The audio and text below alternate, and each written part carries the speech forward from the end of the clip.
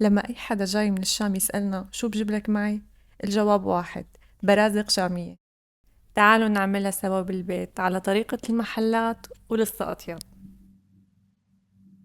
رح أبدأ بنص كيلو من الطحين متعدد الاستعمالات. رح أضيف عليه ربع كيلو من السمن الحيواني.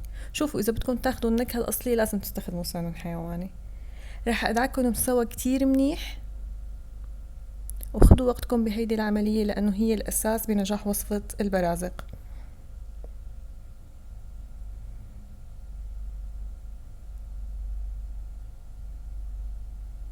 لحد ما توصل معي العجينة لهيدا القوام.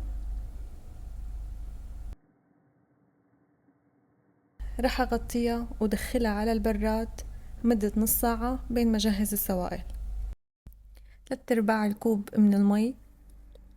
رح أضيف عليهم نص كاسة من القطر. رح أترك النص التاني لخليط البرازق. القطر بيعطيها لون كتير حلو. وكوب من السكر، هو بيعطيها هيدي القرشة. رح أحركهم سوا كتير منيح، مو ضروري يدوبوا عادي، مهم بس اخلطهم سوا. ورح أجهز خليط السمسم. أنا السمسم هون عندي نص كيلو، أنا محمصته بالبيت. أنا بحب هيك أعمله، ممكن أنتوا تجيبوه محمص جاهز، ولكن إذا بدكم تاخدوا النكهة والريحة الحلوة حمصوه بالبيت.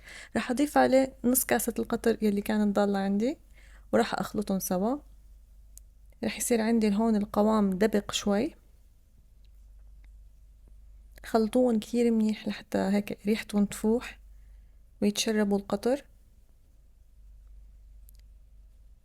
بس خلطتهم منيح رح أضيف شوية مي لفك هيدي الدبقة اللي صارت عليهم، ورح أرش رشة بسيطة من السكر، يعني حوالي ملعقة كبيرة، وخلطهم سوا واتركهم على جنب. هون طلعت العجينة من البراد، برجع بدعكها شوي لترجع ناعمة بإيدي، ورح أضيف عليها خليط السوائل يلي عملته.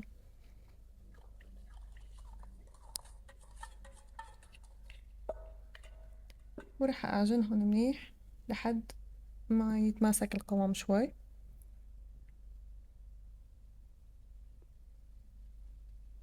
بهي المرحلة رح يطلع معي القوام سائل عادي. بعد شوي حبة الطحين رح تتشرب هيدي السوائل وترجع العجينة تصير متماسكة. شوفوا هون كيف طلع عندي القوام. بس اتركها شوي على جنب، شوفوا كيف بيصير القوام، ترجع بتتماسك مع بعضها. رح ارش على وشهم رشة طحين وابدا شكلهم. رح اخد كرة صغيرة، وحاولوا يكون الحجم صغير مشان تطلع مقرمشة واطيب. رح لك اول شي بالفستق الحلبي، ممكن تستغنوا عن هيدي الخطوة تحطوها مباشرة بالسمسم. وهون بدي اضغط بايدي ضغطتين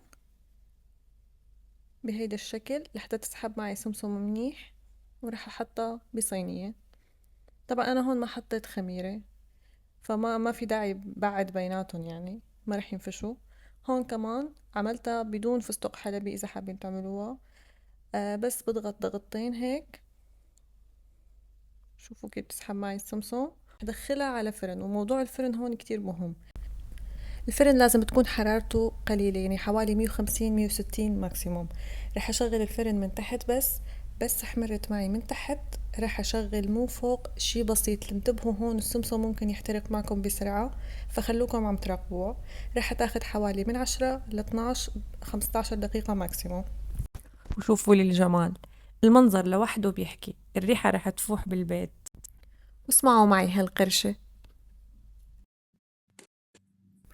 جربوها وألف صحة وهنا.